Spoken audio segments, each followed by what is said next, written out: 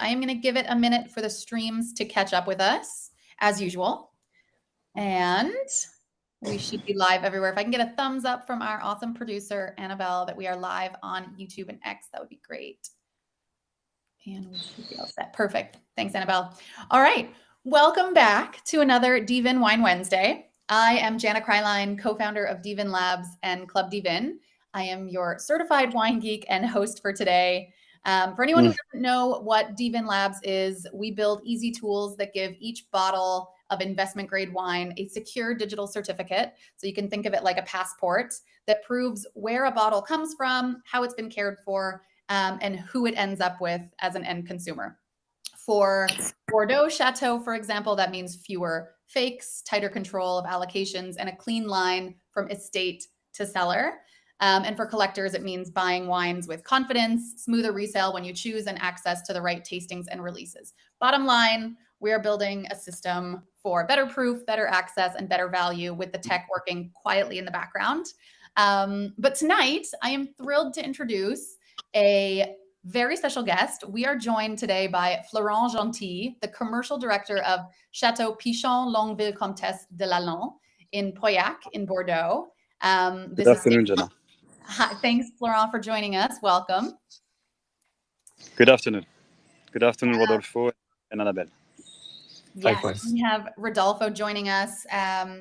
As usual, you guys who are familiar with this format will know whenever we have Rodolfo on one of our Wine Wednesdays, it is a good sign for members. It means that we are dropping a very nice wine on the following day. So Rodolfo is going to be giving us some insight into that a little bit later. But for the sake of time, we are going to dig in and get chatting with Florent, who leads the Chateau's global presence and collector relationships. Florent, can you give us a little bit of insight into your role as the commercial director of Château Pichon Longueville Comtesse de Lalande? Yeah, I've been working in the Médoc for about 10 years now.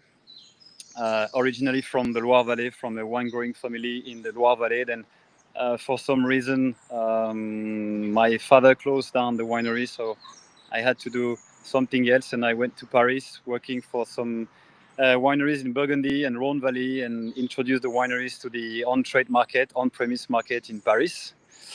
And then I met a girl, and she drove me to China, where we're supposed to stay 1 year, and we stayed 5 years.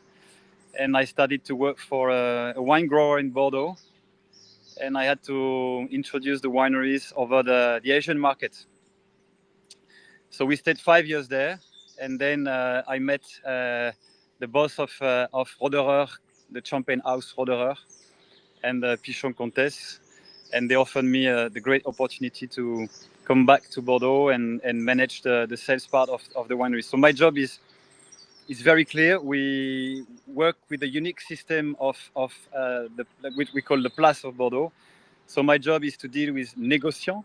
Négociants, they are people working with the wineries for over 250 years, I think. And they are the intermediate, the middlemen between the chateau and the distributors. So we don't sell the wine throughout the distributors in the world, but we go via négociants. And my job is to identify the strength of each négociant and to know which négociant is better in Japan, which one is better on the off-trade in Japan, on-trade in Japan, airline companies in Japan, duty-free in Japan, but same in over the 85 countries we are working with. So it's useless to know someone which doesn't work on the restaurants in Malaysia, but my job is to find the right guy to know the top distributors in Malaysia. So I have to identify the right guys in Bordeaux and then go on the field, on the ground with them in different countries to promote the wine, to know what we are doing here at the winery, the philosophy of winemaking, the history of the property. And I mean, I'm not the only one, but we decide which vintage we would like to release, which vintage we like to close, which brand we would like to push more, which market we would like to enter, which market we would like to stop, to break. And the idea is to find the perfect distribution, to avoid um, to avoid to over allocate or to overstock the market or a specific market.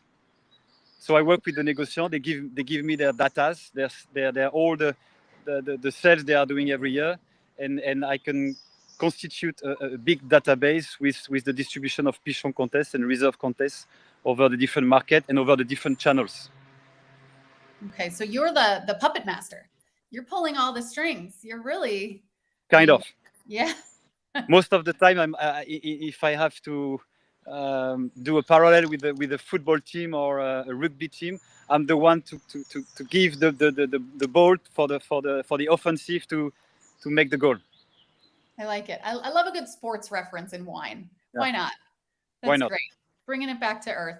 Okay, so Pichon Comtesse for short. Most people know it as Pichon Comtesse or Pichon Lalande. This is, I mean, I can see the chateau in the background. This is, I mean, I'm not jealous at all. I'm looking out my window here in Düsseldorf. And we are lucky enough with this perfect weather during the harvest.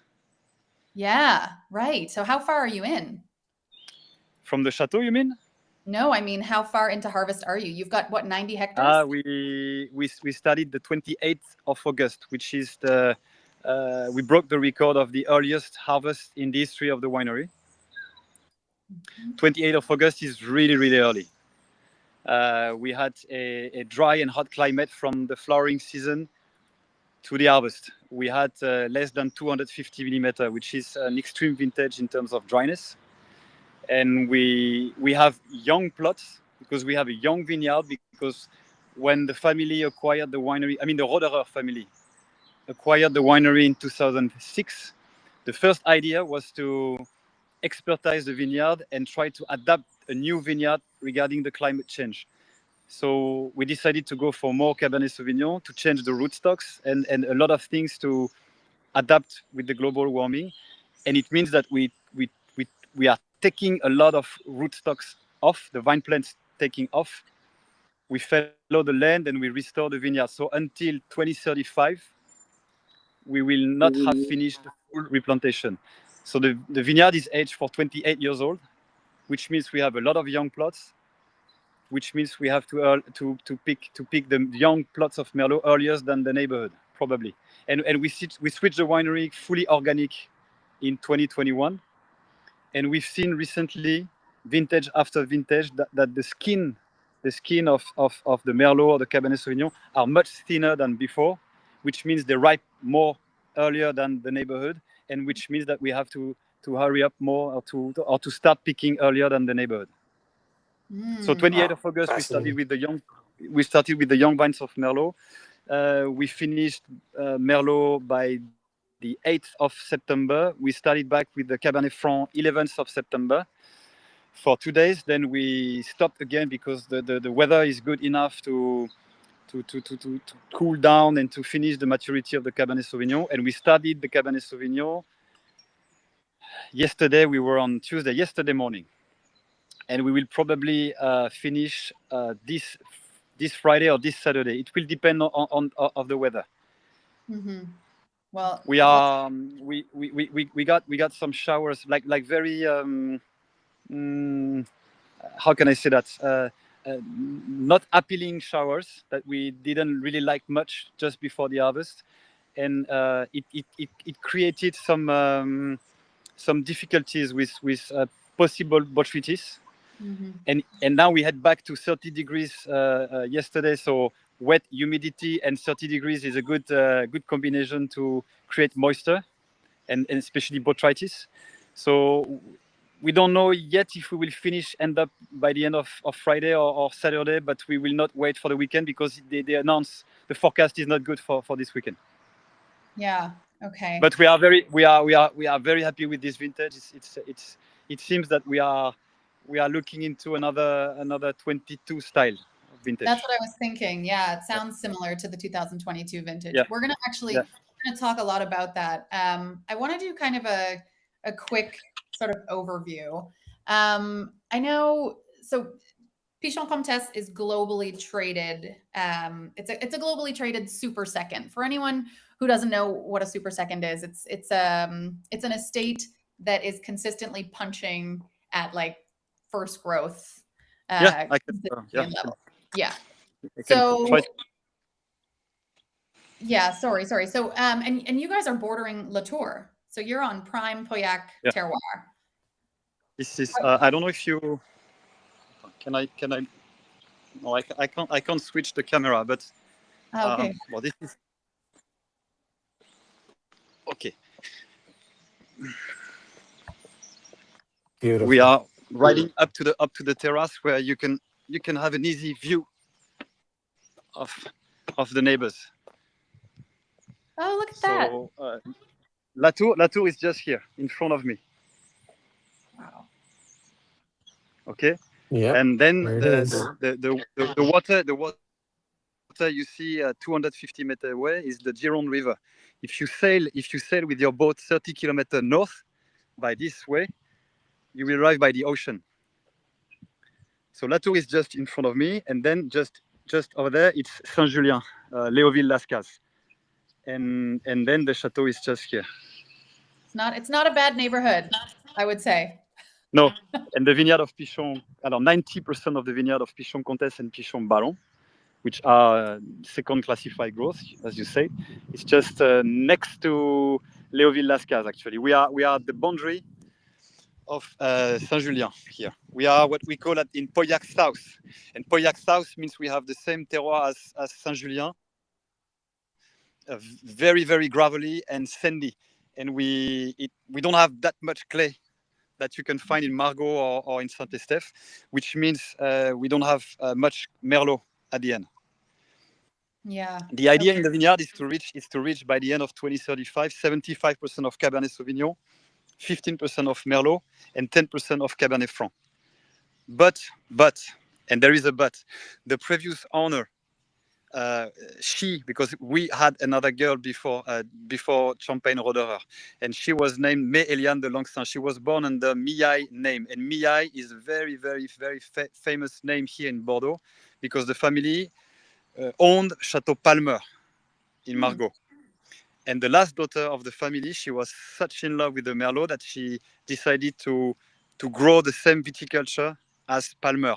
So here in the vineyard, we had almost 45% of Merlot, which was good in the 70s, 80s, 90s. But with the climate change, it's very difficult to manage this proportion of Merlot. But we've been known for being the most silky, smooth, and delicate Pauillac in the neighborhood. So now we have to manage much more Cabernet Sauvignon, the same amount as Latour, Lascaz, or Pichon Baron, but we have to learn how we can polish so much the Cabernet Sauvignon so they look like Merlot, so they look like the previous style. And the most difficult job of the team is to find a way to stick with the signature of Pichon Comtesse with much more Cabernet Sauvignon. Interesting. Yeah, I mean, my goodness, I wrote my thesis on climate change and winemaking in 2021, I think, and then it was pretty evident that Merlot was at the time already kind of well outside of its optimal ripening ability in Bordeaux. Yeah. So I can imagine it's very difficult to manage, especially in hot, dry vintages when it's very ripe. The problem of planting Merlot on a gravel or a sandy soil, they are in full hydric stress, and they struggle to survive. So they concentrate a lot of sugar, and they can easily reach 15.5 or 16 degrees alcohol, and we can go into a different universe though. Okay. Yeah. Okay. So, I mean, we kind of covered it. You kind of described the style a little bit as being, I don't want to say, I get in trouble whenever I say more feminine, a Pauillac. But for viewers that are just discovering Pichon Comtesse tonight, what to you really defines the house style from an aromatic perspective? So I would say that the DNA of Pauillac is made with graphite, with pencil lead that really comes from the gravel. So to get a good Pauillac, you need to get this graphite flavor or this this smokiness that we get from the river, because we are literally planted on the ancient bed of the river, and 2 million years ago the river receded to the bed that she is now, and that's the river is now. And we need to get this minerality, silex, flintstones that we have here, quartz also that we have in the vineyard.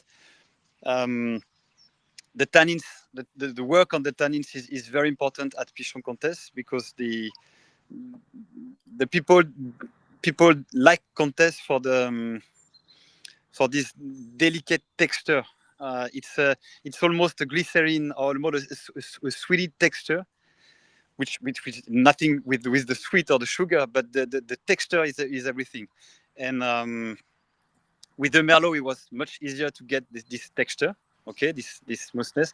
But with the Cabernet Sauvignon, it start to be more difficult. So the way that we found out to find the new style of Pichon Comtesse with more Cabernet Sauvignon was helped probably with the organic viticulture that we started in 21, but even before, but it was not certified, but probably with the biodynamic as well. We started in 2009 over 1 hectare doing the cow poo treatment, the P500 or the silica treatment, or any tisane of flowers, and we have, I think, a different land than before, and we can see that the plant is more resilient and deliver the texture of the Cabernet Sauvignon that reminds us the Merlot before. This is something we had only from the vintage 2016, 2017, I would say. But I remember when we started to work with the consultants, organic and biodynamic consultants, they are 75 years old. They come from Burgundy, and they told us you need 10 to 15 years at least to adapt your vine plants into your biodynamic treatment to get this specific energy or texture that you are looking for. But this is not only that. I think for the vinification process, we are on stainless steel, okay, pure stainless steel. What we did recently, if I have to go into the details, we decided to go from vintage 2016 to stop using sulfites during the vinification process. We were afraid of oxidation, okay, but after experimentation, we could see that the dioxide of carbon released by the grapes is enough to protect your must, and doesn't show that much oxidation, doesn't show at all any oxidation. So we gain in aromatic, we gain in finesse by not using sulfites during the vinification process. We decided also to go from 30 degrees during the vinification, 30 degrees Celsius in the tank, to 25 degrees. So by reducing the temperature during the vinification process, we gain in smoothness, in silkiness, in softness also. We reduced the number of pumping over. You know that when you pump the free run juice onto the cap to extract color and tannins, we decided to go from 6 a day to 3 a day. So we divided by 2 the number of extraction of polyphenol and tannins. And also by doing this way, we found a good way to polish the Cabernet Sauvignon. But that's not finished. When you empty the tank to start your malolactic fermentation, that we do in tank as well. We use our own bacteria to start the malolactic fermentation in the tank. Then you have to play with the must, right? But let's say your must, if it has not been too tired by many pumping over, it means that you can really play with your must. And if you go right in the middle of the press wine, the must, your press wine will become very, very powerful of tannins. Yes, but was not tired by too many pumping over. We found in the middle of the must a good quality of press wine, which polished the mid palate. And this is how we gain in the roundness of the wine. So today we do 80% of free run juice, 20% of press wine in the blend. Wow. Okay. See, this is we are very technical here. For those of you watching who are not understanding, throw us questions in the comments. I will answer them after the chat. This is amazing. No, this is what we love. I'm a wine geek. Rodolfo's a wine geek. And we have found also we are experimenting commercial yeast okay, to transform the sugar into alcohol. So we use the F33. F33 is a classic yeast to turn the sugar into alcohol. But we also work with our own yeast. So we frost yeast from the skins of the past vintage that we reanimate to activate the transformation. We work on actual yeast of this vintage, and we work with the lab also, which will select your own yeast with a microscope, select the most active yeast, clone your most active yeast, and give you back a Oh, okay.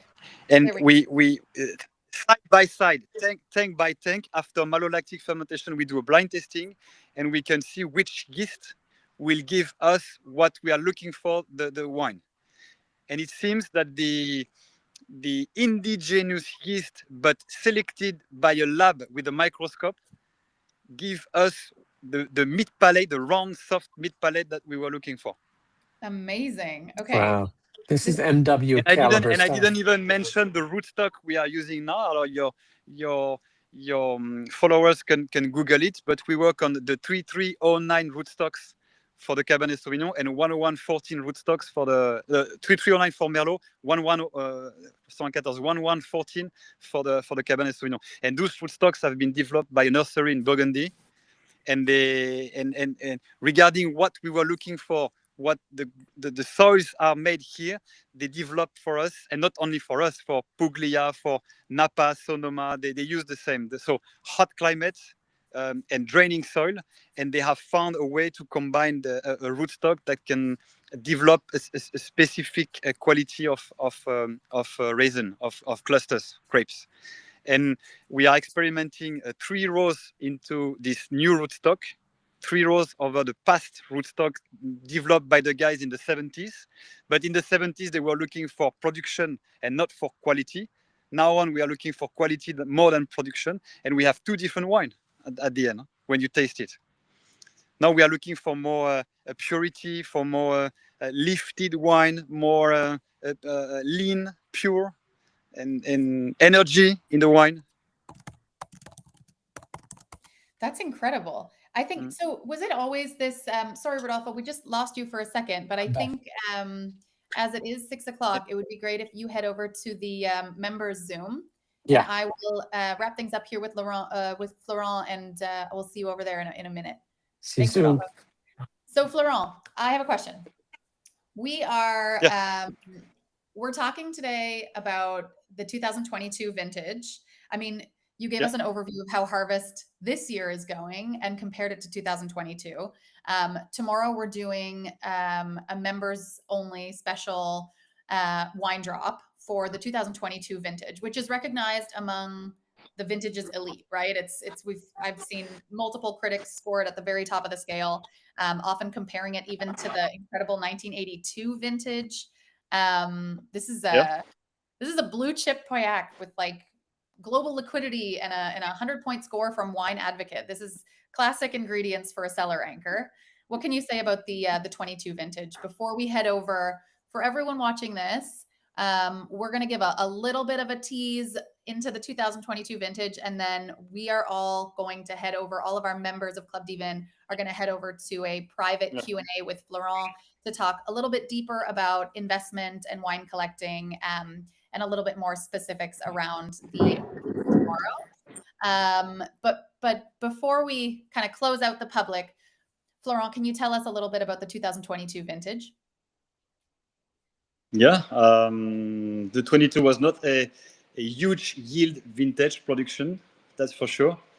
Probably we are looking into the same model as the 25, which means a good flowering season, hot and dry. We had very good weather in May, which was very good for the flowering season to develop to release the cap and to create the first berries.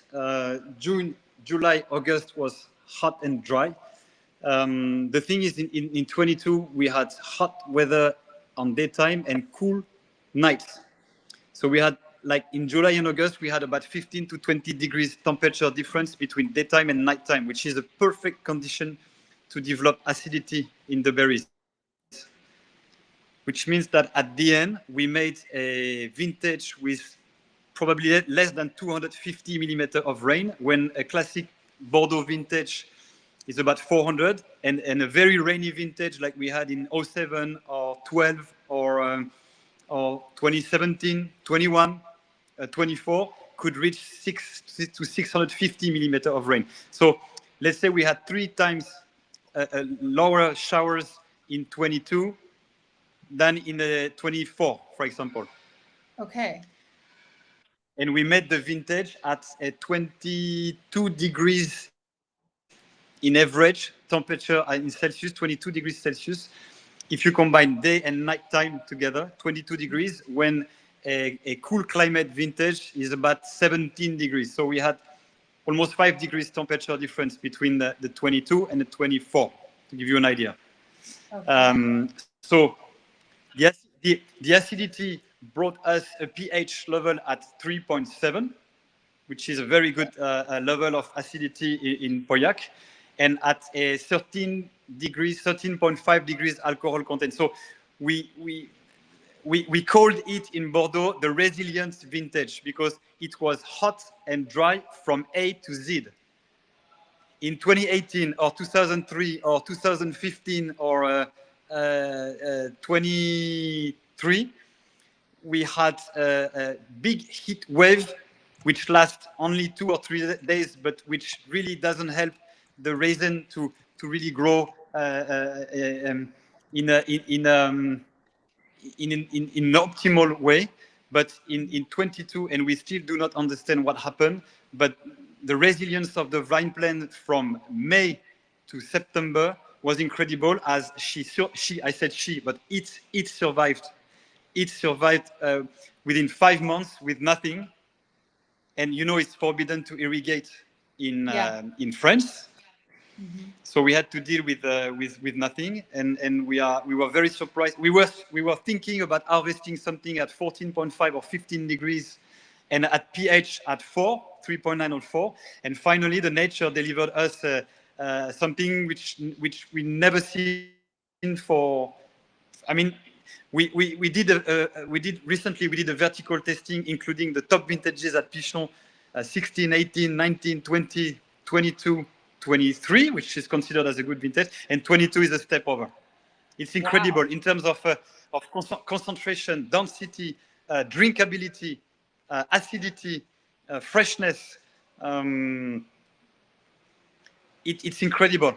It's like you have the engine of a Ferrari into a Rolls-Royce shape. I love it. We get the sports references, the cars references. This is perfect. Yeah. That sounds like something I definitely want to have. And for some people, they compare the 22 to the 1982. But the thing is, the 82 here at Pichon Lalande, which is an iconic vintage, has been made with 45% of Cabernet Sauvignon, okay, 35% of Merlot, 12% of Cabernet Franc, and 8% of Petit Verdot, which is no longer the blend that we use nowadays. You're closer to, what did you say? You're closer to what, 75% Cab Sauv? Yeah, 75 to 80% of Cabernet Sauvignon now. Okay, wow, that is a major difference. Okay, but this is a very delicate and lifted and soft version of Cabernet Sauvignon. This is why people keep liking Pichon Comtesse for the drinkability. We know people, they like the austerity of Pauillac, and this is why they like to age for a longer time the Pauillac before they open the wine. But people like also Pessac or Margaux or for their Merlot, but because for the drinkability of the Merlot. And here at Pichon Comtesse, we try to find a good balance between the austerity of Pauillac and the drinkability of Pessac, let's say. Okay, this is awesome. So for the sake of time, we are going to I need to plug the phone quickly. Yeah, sorry. You plug the phone in, and then Florent, you have the link to join the Zoom. Yeah. We are going to close off the public and head over to join our members for a private Q&A with Florent, where we're going to get deeper into the aging and collecting side of this conversation. So if anybody, oh, hang on one second. I think we lost Florent's plugging in his phone. Okay. So members, check your email. If you're looking for the private link, you will have it either in your inbox, or you can always check our WhatsApp private members chat. That's where the Zoom link lives at the moment. You should have it. And if you don't have it, feel free to ping one of us. Oops. All right. So that means that tomorrow, for anyone who is curious and interested in getting in on the wine drop of the 2022 Pichon Comtesse wine, you have to be a member of Club dVIN in order to get in on it.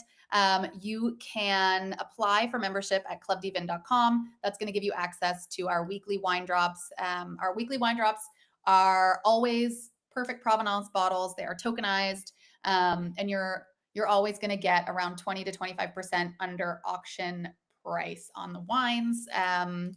And I am going to switch on over to the Zoom link. So looking forward to seeing our members over there.